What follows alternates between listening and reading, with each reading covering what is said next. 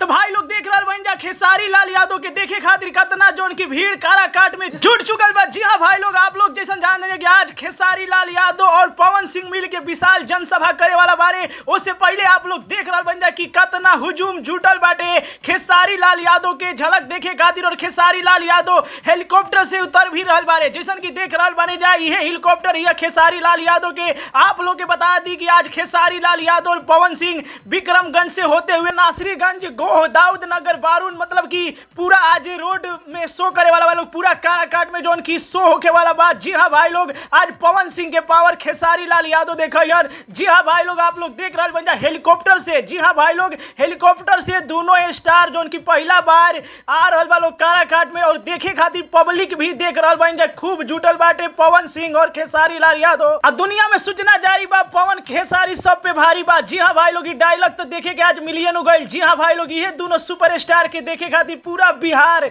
ना ही पूरा भारत भी देख रहा बा आज। जी हाँ भाई लोग, कैंची छाप पर जौन की वोट लगावे के बा, कैंची छाप के जितवावे के बा।